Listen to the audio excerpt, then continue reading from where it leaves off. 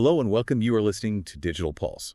Today we're going deep on something I think a lot of parents think about: kids and their phones and tablets and all that. Yeah, it's a lot to think about, right? We're here to help sort through all the research you've got on how devices affect young minds and bodies, the good, the bad, all of it. Yeah, exactly. Yeah. They've got articles, studies, maybe even some notes from your kid's last checkup. Oh, We're going to unpack it all. think of us as guides, connecting the dots and figuring out what the research really means for families. Because let's be honest, skimming headlines can be more confusing than helpful. Absolutely. So let's just dive right in with cognitive development. I bet you've seen articles saying both good and bad things about tablets and phones and kids' brains. Yeah, 1 minute it's all educational apps boost brain power, and the next it's all screen time is shrinking attention spans. What's the real story? Well, the research is complicated as it often is. It seems that not all screen time has the same effect. The studies you gave me point to active engagement being very different from passive consumption. So it's not just how much time, but how they're using the devices.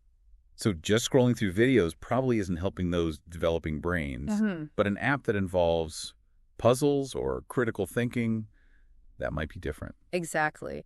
And there's some cool research on the types of apps that seem to have the biggest cognitive benefits, like studies showing that apps focused on spatial reasoning puzzles and building activities can improve kids' problem-solving skills. Makes sense. It's like brain training games. But for kids, what other areas stood out in the research? One that researchers are really interested in is executive function. This includes things like working memory, attention control, and cognitive flexibility.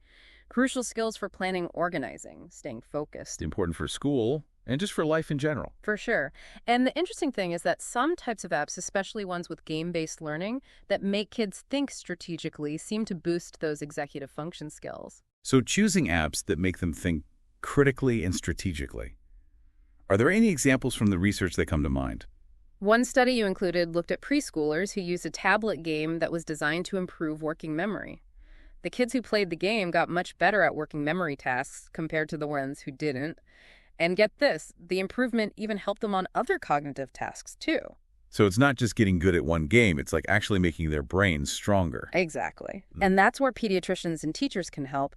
Choosing age-appropriate apps that work with those developmental milestones is so important. Like choosing the right tools. You wouldn't give a toddler a screwdriver and expect them to build a bookshelf. Yeah. You'd start with building blocks. Exactly. And like any tool, moderation and balance are key. Too much screen time, even with educational things, isn't good. That's what the research says. Finding that sweet spot is key. We've talked about the cognitive impacts, but what about the social and emotional side of things? How are devices changing how kids interact with each other and the world around them? Oh, that's where things get really interesting. The research shows both opportunities and potential problems. On one hand, mobile devices can be really powerful for connecting with people. Especially these days. Think about video calls with family far away or online groups where kids can connect with others who share their interests. Exactly. And for shy or introverted kids, online platforms can be a safe place to express themselves and build relationships. So devices can help some kids be more outgoing. That's not what you usually hear. Right. It's a side you don't hear much. But of course, like anything else, balance is key. And the research you've got does show some reasons to be concerned about these devices getting in the way of real-life social and emotional development. Right, because even with all the ways to connect online, nothing replaces face-to-face interaction. Exactly. And the research really emphasizes how important those face-to-face interactions are for learning crucial social skills, like reading body language, understanding social cues, developing empathy. It's just not the same through a screen. You can't really get a shrug or a knowing glance in a text message. Exactly. And those nonverbal cues are so important when you're building strong, healthy relationships. Plus, the research also says that too much screen time can take away from time kids spend doing things that help them grow socially and emotionally, like playing with friends, doing sports, or even just unstructured playtime. Those are all experiences that help kids learn to deal with the ups and downs of friendships, how to cooperate, how to resolve conflicts. Absolutely. Life skills that are useful way beyond the digital world. So it's about finding that balance again. Yeah. Letting digital connections add to those real-world interactions, but not replace them. Exactly. And speaking of balance, the research also looks at how mobile devices affect another big part of children's well-being, physical health. Right. It's not all about what's going on in their heads. You got to think about their bodies, too.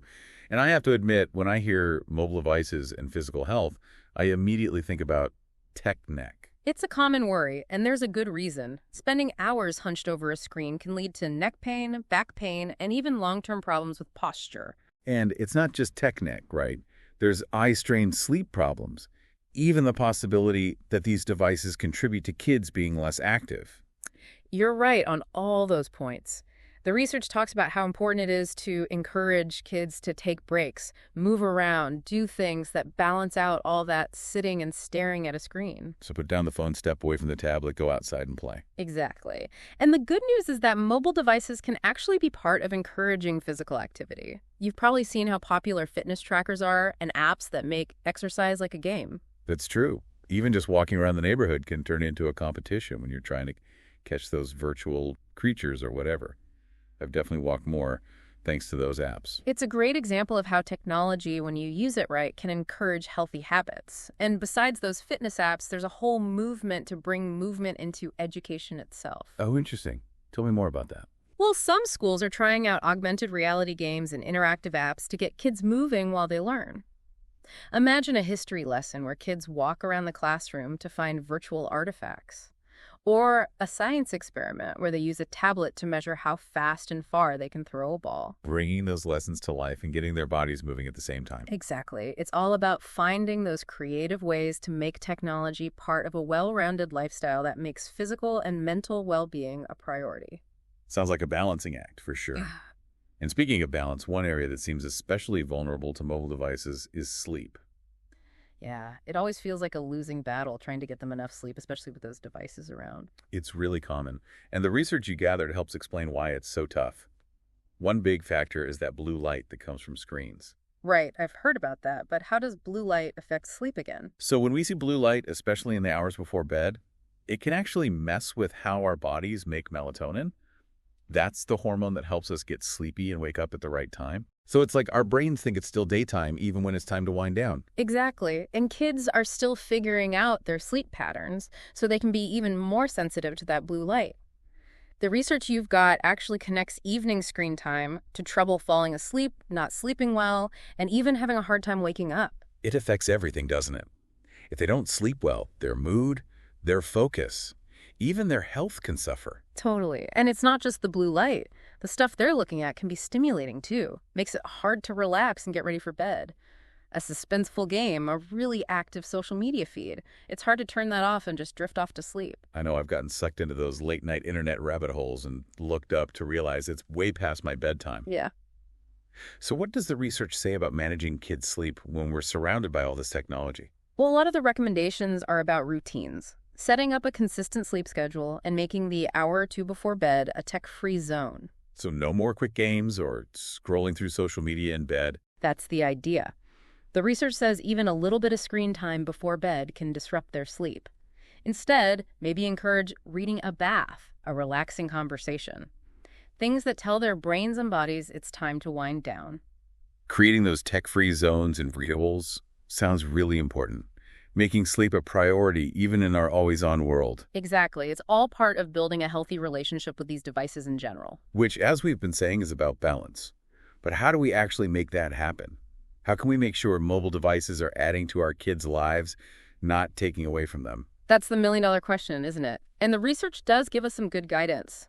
One thing that comes up again and again is how important parents are. It's not just about setting rules and hoping for the best. It's about being there, being involved, being proactive. So not just the screen time police, but actually being part of their digital world. Exactly. Talk to them about what they're watching, playing. Ask them about their favorite games, the videos they like, the online friends they have. Showing a real interest in their digital lives. Keeping those lines of communication open. Right. And more than that, look for ways to use these devices for things you can do together. Instead of everyone staring at their own screens, how about playing an educational game as a family or watching a documentary together? Maybe even listening to an audiobook on a road trip. Turning screen time into family time. There you go. When you use them that way, mobile devices become powerful tools for learning, connecting, even making memories as a family. It's a good point. It's not about being afraid of technology. It's about using it in a way that makes sense. That's it. And as your kids get older and their relationship with technology changes, the key is to stay informed, stay involved, and above all, stay connected, both online and offline. The perfect note to end on. This has been a really fascinating deep dive. Thanks so much for joining us. For everyone listening, remember, you don't have to figure this all out on your own. There's help out there, research experts. And while you're helping your kids find that balance with technology, you might even learn a thing or two about your own digital habits. Until next time, keep exploring, keep asking questions, and keep those digital pulses balanced.